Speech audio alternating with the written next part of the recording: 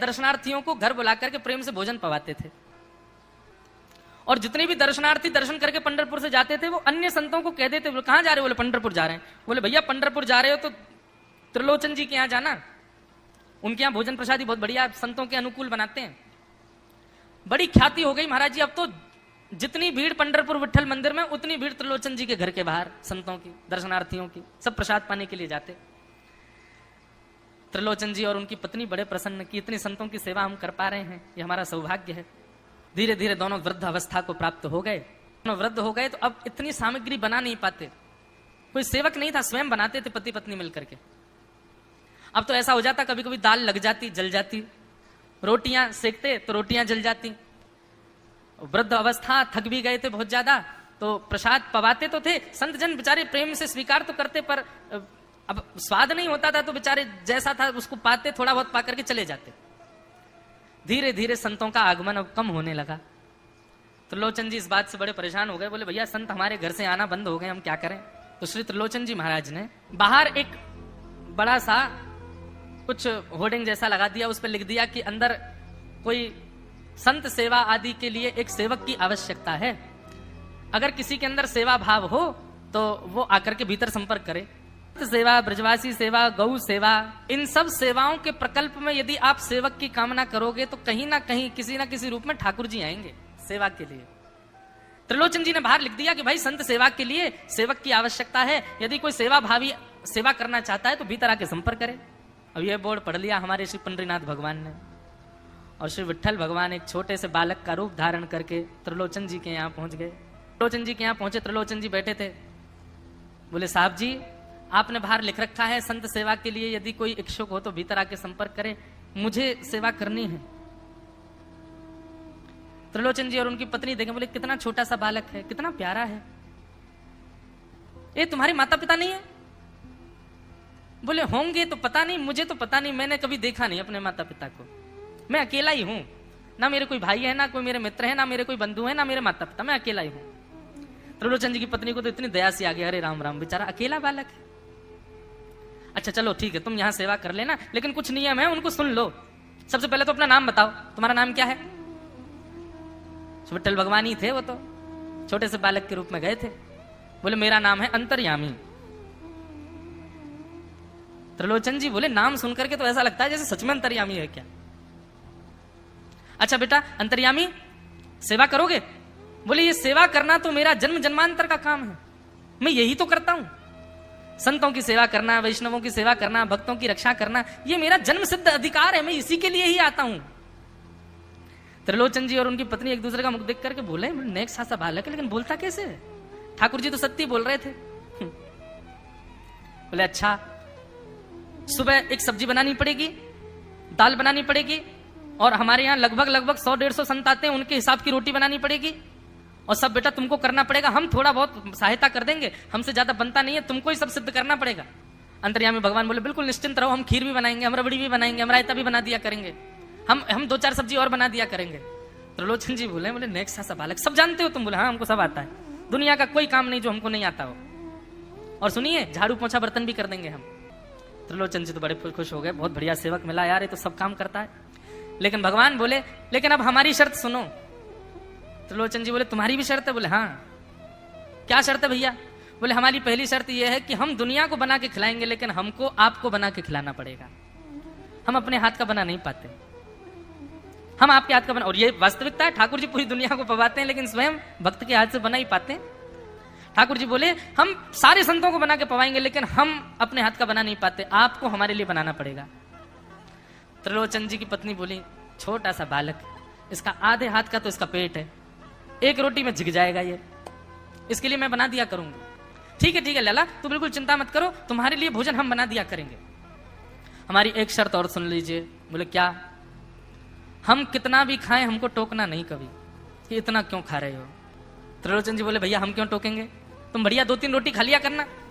बोले 2-3 रोटी तो हमारी दाढ़ में छुप जाती है कहीं पर, हम तो प्रेम से पाते हैं, बस आप लोग ये नियम याद रखना, आप कभी ये मत कहना कि इतना क्यों खा रहे हो। और सुनिए एक बात, अगर हमारे सामने कही तो अपराध बनेगा ही, आपका नियम टूटेगा ही। किसी और से जाकर के यदि आपने कह दिया कि बहुत खाता है, क्या बताएं, तो हम उसी दिन अंतर ध्यान हो जाएंगे, उसी दिन आपका घर छोड़ के चले जाएंगे, फिर दूरते रहना सेवक। त्रिलोचन जी बोले हम क्यों कहेंगे भैया, हम तो कभी नहीं कहेंगे, हम दोनों तुमको वचन देते हैं, तुम प्रेम से रहो, सबका सेवा करो, हम कभी नहीं कहेंगे कि इतना खाता है। भगवान बोले तो ठीक है, फिर कल से सेवा शुरू। अगले दिन महाराज त्रिलोचन जी और पत्नी उठे, सवेरे ब्रह्म मुहूर्त में देखा तो महाराज भीतर ही ठाकुर जी बढ़िया अपनी कमर कस करके, सिर पर ढांटा बांध करके, मुंह पर कपड़ा लगा करके और कढ़ाई में लिए चला रहे हैं, बना रहे हैं दाल, एक हाथ से दाल बना रहे हैं, फिर दौड़ के जाते हैं दूसरी कढ़ाई पे, वहां पर खीर बना रहे हैं, फिर कहीं जाते हैं वहां पूरी उछाल उछाल करके धर रहे हैं। त्रिलोचन जी और उनकी पत्नी देख रहे खड़े खड़े, अकेले ठाकुर जी सब बना रहे हैं, नेक सा बालक। 8 बजे से संतों की जमात आनी प्रारंभ हो गई, सुबह के समय हो गया। महाराज अकेले ही पत्तल लेकर के दौड़ते हैं, सारे संतों को पत्तल बांटे जाते हैं, फिर अकेले ही सामग्री लेकर के जाते हैं और लेकर के सबको बांटते हैं। त्रिलोचन जी कोई सामग्री लेके जाए तो ठाकुर जी बीच में ही आ जाते हैं, बाबूजी आप जाके बैठो, मैं बांट रहा हूं ना, आप उठ के मत आओ, आप उठ के आओगे सब फैल जाएगा, मैं कर रहा हूं ना सब। अकेले ठाकुर जी, अकेले अंतर्यामी भगवान सब कर रहे थे। और त्रिलोचन जी और उनकी पत्नी बड़े प्रसन्न, जय हो विठोबा, तेने तो भैया ऐसा लगे साक्षात तुम ही आ गए हो, कितनी कृपा हो रही है, देखो कैसा सेवक मिला है, हमें भली संतान नहीं दी ठाकुर जी ने, लेकिन ऐसा सेवक दिया है जिससे परिपूर्ण आनंद हो गया है। संतों की भोजन प्रसादी हुई, महाराज खूब प्रेम से सब संतों को पवाया, संत भी सब वाहवाही करके गए, बोले वाह त्रिलोचन जी आपके यहाँ खूब बार पाया, लेकिन आज जैसा प्रसादी हमने कभी नहीं पाई। त्रिलोचन जी बड़े प्रसन्न। सब संत चले गए, भगवान तुरंत पहुंचा लिया है, पूरे फर्श को मार्जन कर दिया, सब बिल्कुल सारी दरी वरी समेट करके रख दी, सब पत्तल आदि सबको व्यवस्थित कराए, सारे बर्तन मांज करके धर दिए, सब बिल्कुल व्यवस्थित करके और आकर के ठाकुर जी सामने बैठ गए। मैया अब सेवा हमारी तो पूर्ण हो गई, अब हमारी पेट पूजा करो, अब आप लगो रसोई में हमारे लिए बनाओ। वो तो इतने भाव में आ गए, अरे मेरे लाला मैं अभी बना के लाती हूँ। सुंदर सुंदर सब्जी बनाई, सुंदर रोटी बनाई, सुंदर खीर बनाई, थोड़ी थोड़ी एक एक दोना, दो दोना मान लो सब्जी बनाई, दो दोना खीर बना दी, 10-5 पूड़ी बना दी, ठाकुर जी की बढ़िया थाली लगाई, थाली लगा करके सामने धर दी। अंतर्यामी भगवान बैठ गए, प्रेम से पाने लगे, पाते जाए महाराज, वो तो खाते जाए, खीर उठा करके पी जाए, सब्जी उठा के पी जाए, और लाओ मैया भूख लगी है जल्दी लाओ, 10 की 10 पूड़ी एक बार में चट, और लेकर के आई बेचारी, देती गई, 10 की पूड़ी और धरवा ली, फिर उनको भी पा गए। अब मैया ने इतनी सामग्री बनाई थी, बोले मैया भूख लगी है जल्दी जाओ, आटा मारो, फिर से सेको, बढ़िया लेके आओ सामग्री, आपसे हमने कही थी कि आपको हमको पवाना पड़ेगा। नहीं बेटा तू बिल्कुल बैठो रहे। अरे भैया मुझे तो लगी नेक्स्ट सो पेटया, कोई तो कुआ है पूरा, कितना डाल दो भरे कोई ना। महाराज आटा मारते मारते शाम हो गई, शाम तक ठाकुर जी पाते ही रहे और खूब पेट भर के पाया। महाराज एक आसन पर अखंड 4 घंटा बैठ करके भोजन किया, और भोजन करने के बाद ठाकुर जी बोले ठीक है सेठ जी अब आओ, लाओ तेल ले आओ, आपकी नक मालिश कर दूं, आपकी नक सेवा कर दूं, आप थक गए होंगे। त्रिलोचन में नहीं इसकी नहीं क्यों नहीं है, तेल लेकर के उनकी मालिश भी कर दें। इस प्रकार चले। त्रिलोचन जी की पत्नी बेचारी पहले दिन तो कुछ नहीं बोली, दूसरे दिन भी कुछ नहीं बोली, तीसरे दिन उसके मन में आया, बोले ये क्या कर लिया हमने, सुबह जितना भोजन बनना चाहिए उतना तो ये अकेला ही पाता है, सुबह संतों का ये बना देता, पर शाम को इसके लिए जितना बनता वो संतों के बराबर ही बैठता है पूरा। त्रिलोचन जी कहते नहीं तुमको याद नहीं उसने कहा था कभी कहना नहीं ऐसा। बोले हाँ नहीं मैं ध्यान रखूंगी, नहीं कहना है। लेकिन अंतर्यामी भगवान तो खूब प्रेम से घर के सारे काम कर रहे हैं उनके। महीना 1.5 महीना बीत गया, खूब आनंद से सेवा चल रही थी। एक दिन त्रिलोचन जी की पत्नी पड़ोस में किसी के पास बैठी थी, तो पड़ोसी तो होते ही हैं सब घर के बात बोलने वाले, उन्होंने कह दी बोले कि आपके घर में तो आजकल बड़ी खुशहाली आ गई है। त्रिलोचन जी को देखा, चेहरे पे कैसा तेज आ गया, लाल लाल टमाटर जैसे गाल हो गए उनके। बोले अरे वो आया है ना अंतर्यामी सेवक हमारा, बहुत सेवा करता है, प्रसादी वगैरह सब वही बनाता है, फिर मालिश करता है उनकी, बढ़िया बढ़िया उनके लिए जूस निकालता है, बढ़िया उनको सब भोजन पानी पवाता है, इसलिए इस वजह से त्रिलोचन जी बढ़िया। वो त्रिलोचन जी तो बढ़िया हो गए, तुम सूख गई हो, तुम इतनी पतली दुबली क्यों हो गई, मेरा दुख कौन जाने। वो सबकी सेवा करता है पर अपनी सेवा मुझसे करवाता है। अरे छोटा सा तो है, ऐसे मटक मटक के जाता है, हम तो उसको देखने के लिए खड़े रहते बाहर, कैसे बढ़िया लगता है। कई लोग तो देखने ही आते हैं उसको कि कैसे सब्जी परोस रहा है, कैसे पूड़ी परोस रहा है, कितना सुंदर लगता है। छोटा सा तो है, उसकी क्या सेवा करनी पड़ती है। अरे बहन तुम क्या जानो, 2, 4, 5, 10 किलो आटे की कब कब में रोटियां पूड़ियां खा जाता है चपेट करके, कुछ पता नहीं चलती, पेट है कुआ है समुद्र क्या है पता नहीं चलता है, इतना खाता है इतना खाता है इतना खाता है। 4 घंटे की समाधि पर बैठता है एक साथ, थाली नहीं थाल लगाना पड़ता है उसके लिए, इतना खाता है। जैसे ही कहा इतना खाता है, ठाकुर जी अंतर ध्यान हो गए।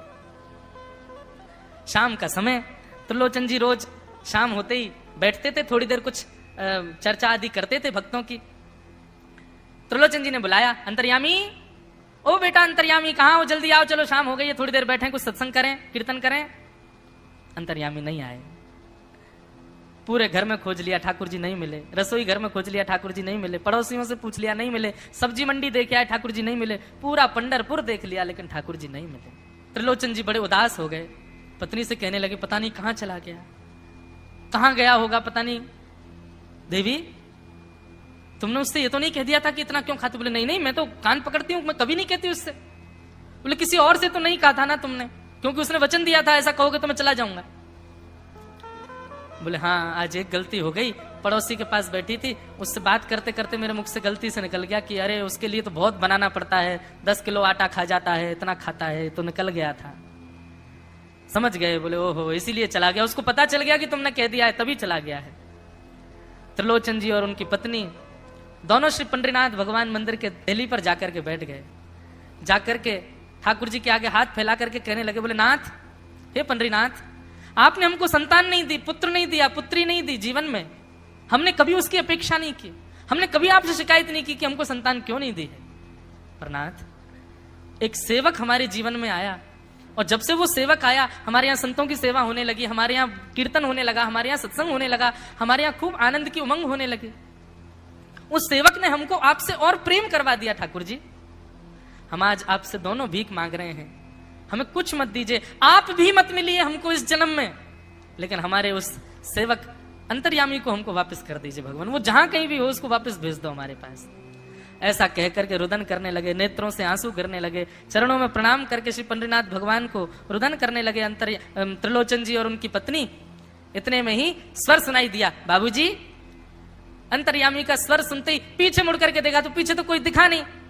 अरे इधर देखिए, पीछे कहां देख रहे हैं? वापस से पंडरीनाथ भगवान की ओर देखा तो श्री पंडरीनाथ भगवान की जगह ही अंतर्यामी बालक खड़ा हुआ है, सामने खड़े होकर के उनको आशीष दे रहा है। त्रिलोचन जी तो भाव विह्वल हो गए। बोले कैसी कृपा नाथ आपकी। बोले आप ही थे क्या?